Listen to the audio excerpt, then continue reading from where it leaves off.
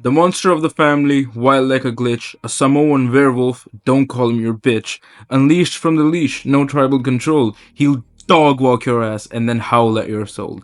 This ain't Roman's reign, this is Fatu's show. Welcome to Heel Heat with Adeen, where we fix the past, book the future, and remind the industry where storytelling matters because great wrestlers deserve great booking. On today's episode, the Samoan Werewolf, Jacob Fatu.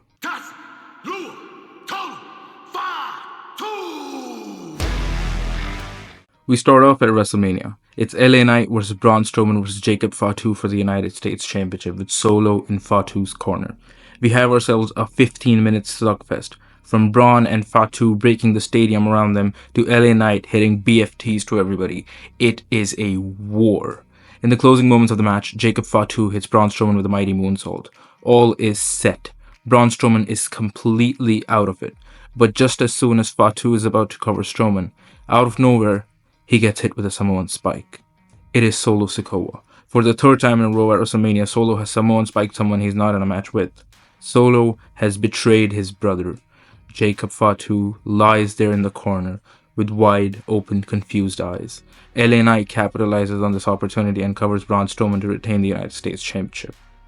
The next SmackDown, Solo Sikoa is standing in the middle of the ring with Tama Tonga and Tonga Loa, and he says, "I am still the leader of this family." Jacob Fatu thought he's going to be bigger than the family itself. Jacob Fatu interferes. He comes down, walks down the ramp. He looks Solo Sikoa dead in his eyes. Solo and the Tama brothers are ready for a fight. Everybody is expecting it. Even the commentators are saying that there's going to be a war. Jacob Fatu gets in a fighting stance. He's about to hit Solo Sikoa. But as soon as he's about to hit him, he stops. He looks Solo in his eyes. He drops his fist down with a teary eye, and he says, "I love you, Solo. But if I see you one more time, I am going to dog walk your ass." Jacob Fatu leaves the ring. He walks down the ramp backstage, wiping his eyes. Solo and the Bloodline are in shock. Backstage on SmackDown, we see Jacob Fatu coming out of Nick Aldis' office. Jacob Fatu gets to his car and leaves. It is then revealed that Jacob had asked to be transferred to Monday Night Raw. Nick Aldis and Adam Pearce had agreed on a deal. Jacob Fatu was going Monday nights. Jacob Fatu makes his Monday Night Raw debut by interrupting Bron Breakker. He challenges Bron Breakker for the Intercontinental Championship at Backlash. The big beefy boys have a stare down. Bron accepts. The match is set at Backlash. At Backlash, we have the match of my dreams. We have Bron Breakker versus Jacob Fatu. This is why I wanted to separate Fatu from all the Bloodline bullshit, because frankly, who wants to see another year of the Bloodline wars on SmackDown? We are tired. Anyway, as expected, Braun and Fatu deliver an instant house-killing 5-star murder maniac mania at WrestleMania Backlash.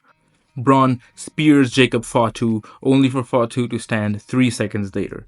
Eventually, Jacob Fatu manages to get the win and become our new Intercontinental Champion. The scenes have mercy. Fatu beats Bron Breakker at Backlash for the Intercontinental Championship. Post-match, Bron Breakker and Jacob Fatu shake hands, only for Braun to pull him in, headbutt, and spear him. Bron Breakker lays waste to Jacob Fatu. Next night on Raw, Bron Breakker explains his actions. "I earned my spot.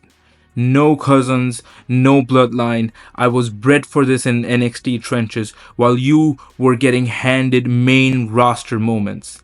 This is my arena. The dogs are barking now, and they will keep barking for the next 10 years while you'll just be another Anoa'i Samoan vanilla clown." Jacob Fatu says, "You talking about dogs? I don't bark, I bite. You can howl all you want, but the next time you step in my yard, I'm not gonna pin you. I'm gonna dog walk your ass." Fatu headbutts Bron Breakker. The match is set for King of the Ring. Jacob eventually wins the feud after Braun is unable to defeat Fatu. They have yet another banger. On Raw, Jacob Fatu starts a new trend, the 10-minute dog walk challenge. Every week, if Fatu is unable to beat his opponent under 10 minutes, he loses the title. Shades of Big E's 5 count in NXT. Fatu goes on a murder streak. He beats the likes of Bronson Reed, Penta, Sami Zayn, Jey Uso, Finn Balor, and Dominic Mysterio in open challenges. People try different strategies to beat Fatu. Austin Theory tries to outsmart him by making his only motive to last 10 minutes. He keeps running out of the ring and entering back. Theory gets really close only for Fatu to fucking decimate him. In one of the weeks, Chad Gable answers Jacob Fatu's open challenge. Chad Gable has a really nice showing. He kicks out of a lot of Jacob Fatu's arsenal. He lasts almost 9 minutes and 50 seconds. The whole match is Jacob beating the piss out of Gable, but Gable always kicking out. Eventually, Jacob Fatu wins that match. And then we get to SummerSlam. Jacob Fatu versus Sheamus. It's not a 10-minute dog walk challenge, it's a regular match. Sheamus gunning for the final Infinity Stone, the relic that has avoided him all his career, the IC title to become a Grand Slam champion. Jacob versus Sheamus. I shouldn't even mention it, it's an absolute instant banger. After the toughest fight of Jacob Fatu's career, he eventually manages to retain against Sheamus after hitting a mega moonsault. Next few weeks, it's the same thing. The dog walk challenge. It's getting tougher and tougher for Fatu every week. Too much activity takes a toll on you, even for a monster like Jacob. In the meantime, Sheamus goes on an introspective arc. He feels as if it's almost time to hang up the boots, but not without one last fight. His only goal is to be Grand Slam champion. Sheamus slowly climbs back the ranks, slowly gets back to the front of the line in IC title challenges. On Raw, Adam Pearce announces an IC title number 1 contender battle royal. The winner of that match will face Jacob Fatu for the Intercontinental Championship. Sheamus, Gunther, and Priest are the final 3. Sheamus throws Priest out after a hellacious 3-way. He's one step closer to achieving his goal. One more shot at Fatu. But Sheamus loses his focus. Gunther clotheslines Sheamus to win the battle royal. It's going to be Gunther versus Jacob Fatu for the Intercontinental Championship. Holy beefy, boys. Gunther and Jacob have great promo battles, like Gunther saying, "I'm the greatest Intercontinental Champion of all time. The ring is sacred and you are a disgrace to it. You have no poise, no finesse. You are a street fighter, not a professional wrestler." While Fatu keeps yelling, "Dog!"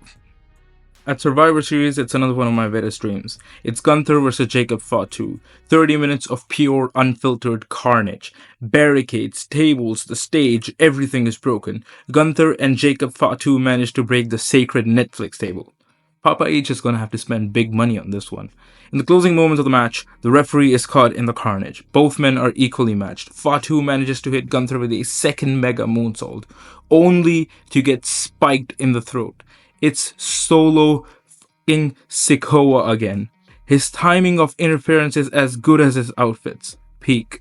Gunther manages to put an arm over Fatu and the referee barely manages to count to 3. Jacob Fatu has lost the Intercontinental title. No more dog walking. Next night on Raw, it's a reckoning. Jacob Fatu crashes the whole show. He demands Solo to come out. He told Solo what will happen if he sees him again. Adam Pearce comes out. He says, Solo is not here, but he's going to be at SmackDown. Jacob Fatu threatens Adam Pearce. If I don't see him on Friday, I'll rip your heart out. Jacob goes on SmackDown. He says, this is it. No more damn games, Solo. Come out now. No one comes out. Jacob is losing his mind. Suddenly on the Titantron, we see Solo Sikoa standing outside a house. Jacob, come on, man. A brother can't come to watch the biggest match in his brother's career. Anyway, I saw on Monday how desperate you were to meet me, so I came to meet you at your house. But you aren't here, I see. Well, anyway, Uncle Solo can pay a visit any time he likes, eh? Solo goes inside the house. Jacob's wife answers the door. She is petrified. Solo enters the house, picks up Jacob's kids, plays with them a little bit, gifts them a police car toy. Solo tells Jacob's youngest child, don't worry, kid, I will always be here for you. Especially because your daddy can't keep himself out of bars, can he? Jacob falls to his knees in the middle of the ring with a tear in his eye. SmackDown ends. The next pay-per-view is Royal Rumble. Solo Sikoa is in the match. He enters at number 29. As soon as Solo enters, Jacob Fatu pops from underneath the ring. He eliminates Solo Sikoa from the match. Fatu beats Solo's ass all around the stadium. Eventually, Solo is able to escape in his car after Tama Tonga and Tonga Loa become sacrificial lambs to the Samoan Werewolf. Solo and Fatu have a scheduled face-off on Raw. Solo stands in front of Jacob with the police present there. Solo eventually explains his actions. He says, "I am the one who brought you in this business. I was supposed to be the next guy. I was supposed to be in your position. Solo was the one who groomed Jacob to be capable enough. Without Solo, Jacob would be rotting in some prison cell, brawling men for a pack of cigarettes." Jacob looks at Solo and he says, "I hate you, Solo. You are a disgrace to our bloodline." Jacob Fatu challenges Solo Sikoa to a match at WrestleMania. Solo declines. He says, "Your actions at the Royal Rumble were assault and battery, and thus I've got a restraining order against you. You come within a 10 feet distance from me, you're gonna have to visit your old buddies in jail, where you belong." Jacob is about to hit Solo, but he stops. He controls himself, knowing what is gonna happen once he lays his hands on Solo. In the upcoming weeks, Solo torments Jacob Fatu. He interferes in between matches and stands on the ramp to distract him. And as soon as Jacob Fatu is about to come close, he reminds him, you come close, you know where you end up. Fatu is visibly going crazy. Until one Raw, it's Jacob Fatu versus Chad Gable again. Per usual, Solo Sikoa comes out. He starts antagonizing Jacob. He says, "Hey, it's just a matter of time before you end up going to jail. It doesn't matter if you hit me or not. You're going to be in prison. Because that's who you are. That's where you belong. Think about your kids, Jacob. All 7 of them. What's going to happen to them growing up seeing daddy behind bars? It has an effect on them. Oh well, I guess I'll be their new daddy." Jacob snaps. He big boots Solo Sikoa. He beats his ass all over the ramp. The bloodline come out and they try to separate him, only to get caught in the crossfire. The police comes out. They arrest Fatu. Fatu is then taken in handcuffs. Raw ends with Jacob Fatu in the back of a police van. Next Monday on Raw, Solo Sikoa comes out in one of his fancy suits. He says the air around the arena feels so much cleaner now that the trash is taken away for good. From what I hear, Jacob is gonna get at least 4 years in jail. 3 years if he's good. But let's be honest, knowing him, he's gonna be locked up forever. And then we hear, "Ladies and gentlemen," Paul Heyman comes out. He says to Solo, pointing towards the announce table, "Solo, neither do I forgive, nor do I forget." See, I have connections, very high connections. Some of them are enforcers of the law and justice. And let's just say, some of them owed me a favor. Jacob Fatu is not going to be doing 4 years in prison. In fact, he won't even be doing 4 days. Because in 4 weeks, courtesy of some hands rubbed and some strings pulled, it's going to be Solo Sikoa versus Jacob Fatu in a last man standing match. Oh, and Solo.